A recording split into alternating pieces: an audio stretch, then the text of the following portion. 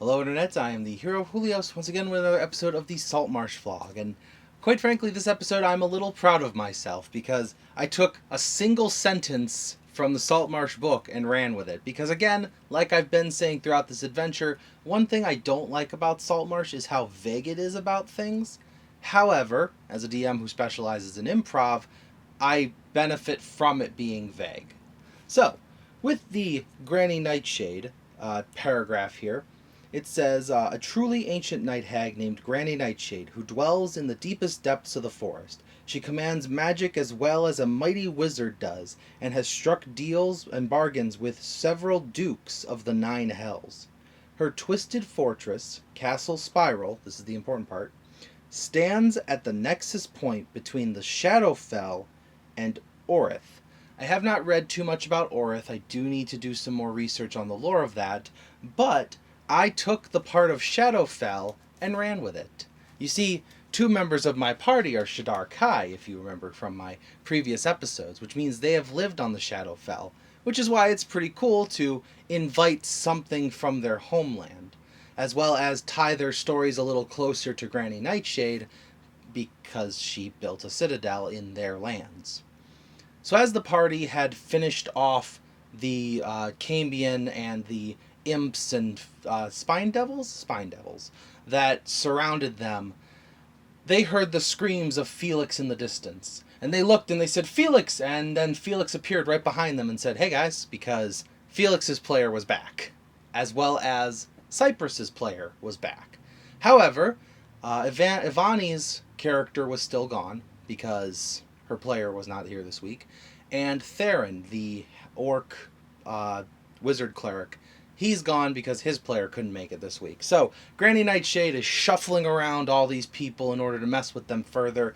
However, this is good for the party because that means they have two fully healed party members with them, just in time for them to get attacked by the Wretched, as these gnawing, biting little critters come jumping out. Which, again, I will open up Saltmarsh and say one thing that does kind of annoy me is the random encounter table only has undead, like rights, specters, ghouls, vampires, Death Knight, which Death Knight's really cool, but nothing from the Shadowfell itself, because Ghosts of Saltmarsh is made with a monster manual in mind, not with Volo's Guide to Monsters and Mordenkainen's Tome of Foes, or the Multiverse book if you bought that instead of buying those two books separate. As a result, I got to get creative with some creatures from the Shadowfell. So as the Wretched attack them, it is at this moment that Evander, who is from the Shadowfell, starts realizing something is up and they might have a reason to start worrying. As the party ventures deeper into the woods, they come face to face with the Angry. Stat block wise, this is the most powerful of all the Sorrowsworn, as well as 10 Wretched to assist him in combat. So my players begin to fight against the Angry, and I, as the DM, kind of use this as a gauge to see if anything else might be a problem for them. The Angry kind of went down in a few turns, but it did manage to get a major hit in on Barrick. Then it died. And that's when I decided to introduce Phaetan. Phaetan is yet another character who has captured and purchased one of Zorp's family. So Zorp, upon seeing her, immediately decides to attack. But, unfortunately for Zorp, Phaetan is an Annis hag. And not only is she an Annis hag, she is an Annis hag with a lantern. And inside that lantern is a little crystal with some liquid inside of it. That is what is housing his family member. But also in that lantern is a little soul shaped like a paw print. That is the soul of Dryax, the beloved monk of the party who died at the hands of Valentine. Naturally, the players want to defeat this hag, but they're also worried about the lantern she's holding. To test the waters, we'll say, the druid of the party, Cypress, decides to strike her with lightning, and she kind of just tanks it. Then he goes to strike her again, and she holds up the lantern and tanks it with the lantern. The lantern gets cracks all across it, and she just starts smiling at the players. Obviously, they're all, like, stop, don't, if we break the lantern, who knows what'll happen to his soul, and all this stuff, and Phaetan's threatening to crush the lantern if they don't do what she says, and they ask her what she wants, and all she wants is to watch them fight more things, to watch them play Granny Nightshade's game. I know what you're thinking. Well, why don't they just break the lantern and free his soul? Because the last time they came across a magic item that trapped people, breaking it freed those people. I believe they're under the impression that I, the DM, would not do that twice. They are incorrect. Breaking the lantern will totally free the soul. I have decided that. But they don't know that, and Phaetan seems a little too giddy about smashing the lantern for them to think that she doesn't want that to happen. So, they play her game, they continue on through, and they start fighting against one of the Lonely. They have the big harpoons for arms, and they launch them at things and drag them close, and then they psychically destroy them with just crushing depression. Fun.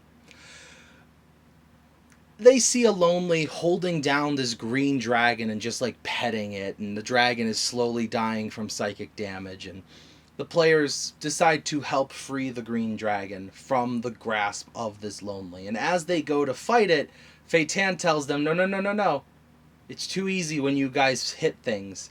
You need to get hurt 3 times before I am satisfied. Otherwise, squishy. So they decide to, fine, they'll just wait and get hurt. Barrick, of all people, he decides on his turn, he goes, DM, can I hit myself? And I'm like, yeah, sure. So he does an unarmed strike, but he's got a strength of +4. So he does 5 damage, and then extra attack, he does 5 more damage to himself. And I decide, through the hag, that counts. He got hurt literally 2 times. So 1 more time was all it took, and the party was able to wail on the Lonely until it was dead. Afterwards, Phaetan congratulated them again on defeating something, and the green dragon, they actually healed it. I was rolling death saves for it. They heal it, and they ask it, which way's Granny Nightshade. It points them in the right direction, and they even appease it with a little bit of gold. The green dragon was satisfied, and Venomtail, as I named it. Venomtail will return in a later episode. Not sure how, not sure where, but he'll probably return as an ally, or if nothing else, an adjacent compatriot. But that's not where this episode ends. This episode ends on a super fun note for me, something I've been holding on to for a little bit and been waiting for it to happen. As the players finish the fight, Phaetan congratulates them and tells them she has so many friends. She's happy about friendship and the friendship they share, and if they would like to meet some of her friends, and they go, no thank you, no we would not, and she goes, oh no, trust me, you want to meet them because they're mutual friends.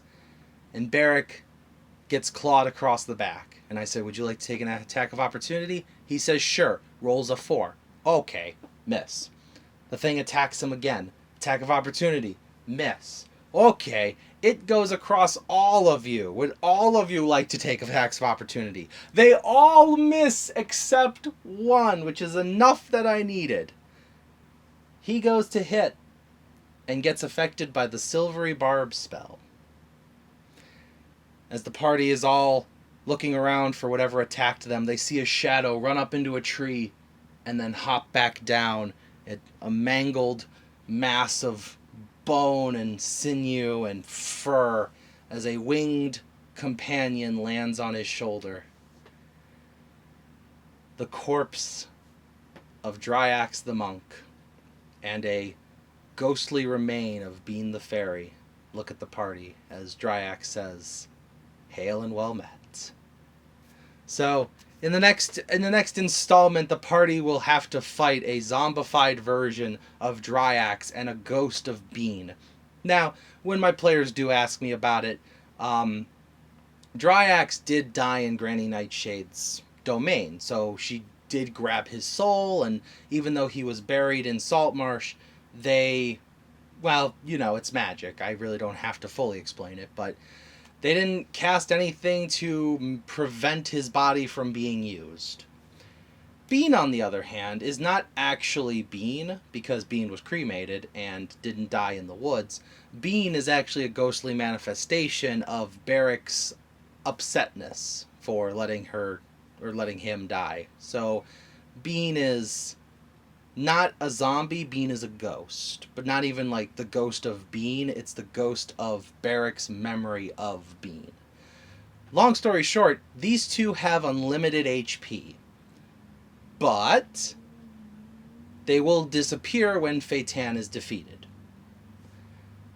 As for Phaetan herself, she is being guarded by someone else who died in her domain. Well, not her domain, Granny Nightshade's domain. They don't know that Clug the zombie Cyclops is waiting for them in the shadows. We're not even close to Granny Nightshade's domain, but I'm giving them a lot of reasons to hate her. So I'm looking forward to seeing how the fight goes next round. That's going to be probably half of tomorrow's session. The other half might be roleplay.